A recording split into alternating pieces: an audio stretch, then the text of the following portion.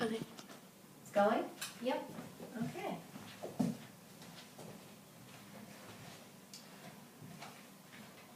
I'll just let you eat your chicken salad and speak to you for a moment.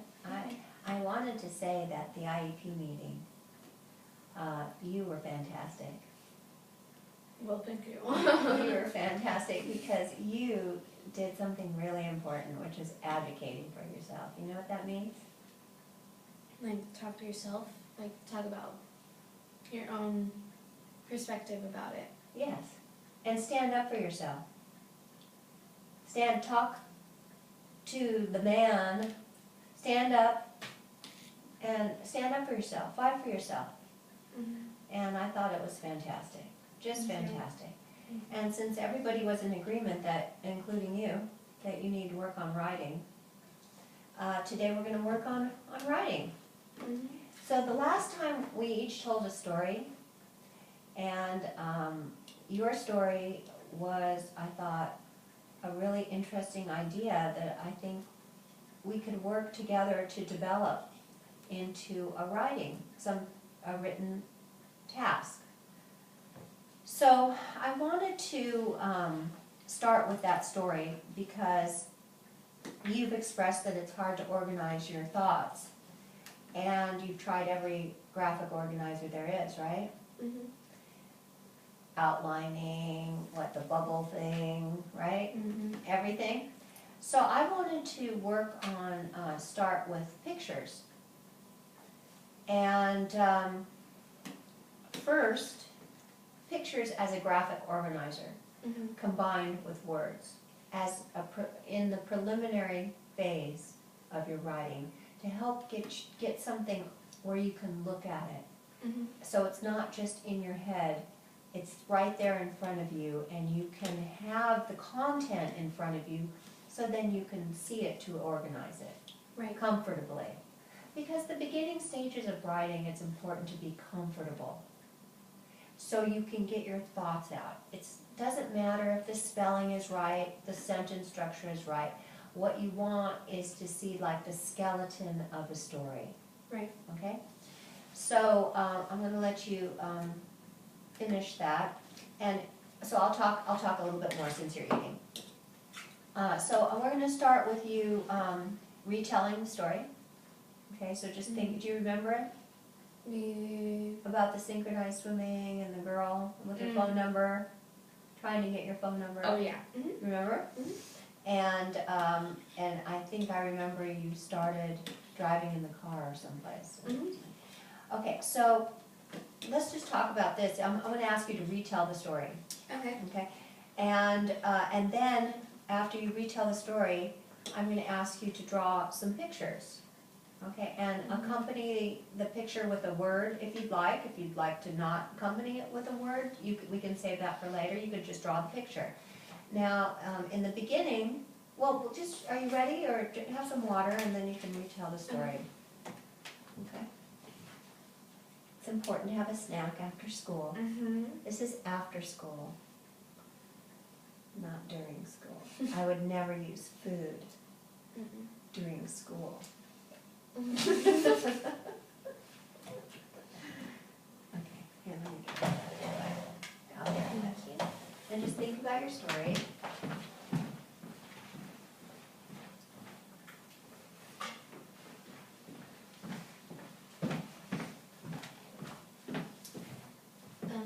Okay. Okay, so one day,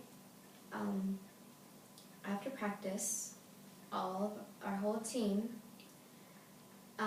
gets together into one car, and we're driving to Riverside. This was kind of at night, so everyone started to fall asleep, but I wasn't really tired, so I just started playing my phone. And this other girl kind of woke up because of the light and said, "Oh, you have a phone?" I said, "Yes." And she says, "Oh yeah, I have a phone too." So everyone kind of starts waking up because we start talking kind of loud. And then this other girl from beside me, she says, if she asks for your phone number, do not give it to her, because she's going to annoy you. And she says, and so I said, she starts, the other girl that asked me for my, she started talking to other people, and that person that I was talking to that said not to give her phone number, we started to laugh and make a joke, and she's like, Brianna. The other girl that was trying to get my number says, Brianna. Finally, I answered, I said, yes, Mia. Her name's Mia. And she says, may I have your phone number? Something like that. And I didn't want to be rude and say, no, you can't have my phone number. Because that would just be really, that would just be rude, you know? So I said, sure. So once I gave her phone number, I started to talk to her and see how her life is. And I realized that we're kind of on the same boat, because she has emotional problems and like a learning disorder. She's not very social too, so a lot of people don't really like her. So I got to kind of meet her, and it's really nice because she can kind of, you know, the metaphor is really how you can feel me, you know? Like, we're on the same boat, you know, and if we're having a hard time, she's like, oh, I understand, you know, she'll give me advice, and if she's having a hard time, I can help her. So it's pretty cool, you know? That's nice. I remember the last time you said this story, you said, she said, Brianna, and you said, yes, may I help you? Yes. Did you say that? Yes, I'm a little off today, but yes. No, okay, that's okay, because it's hard to remember sometimes. Yeah. And I remember the last time you said it over, and she said, Brianna, and she was kind of annoying. And then finally, she said, what does she have, bipolar? Did you say, what was it? It was like she has social issues, and she has minor bipolar issues, like, because she got it from her mom. She's not severe, she's more minor. And it turns out she was a really cool girl. And you told her you were dyslexic? I told her I was dyslexic, and she got it. So let's just draw here. So what would you draw as the first picture for that? I would draw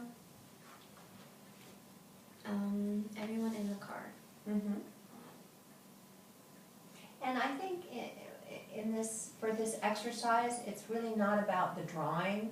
Right. It's about just you being able to understand what it is. The drawing is not going to be presented as a work of art. The idea is for you to remember the story and to understand.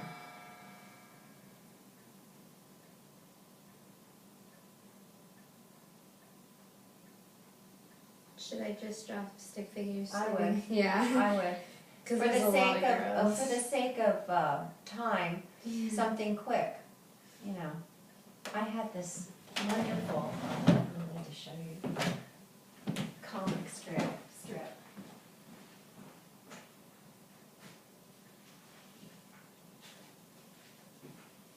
This is from the Sunday paper, and there's this artist, and then they crash, and it's a comic strip. The one man is in a trash can, another man in a trash can, Clyde, and it's a heart with. But see how quick this is? Something quick, you know. All right. Okay. So, could you accompany any words? Would you think of any words with that? Like some information? You could either construct a sentence or just information. You could say on the way to Riverside, Synchro Sisters, whatever you call yourself. Do you call yourself the Synchro Sisters? We call ourselves The Synchro Sisters? That's actually my email account. Really?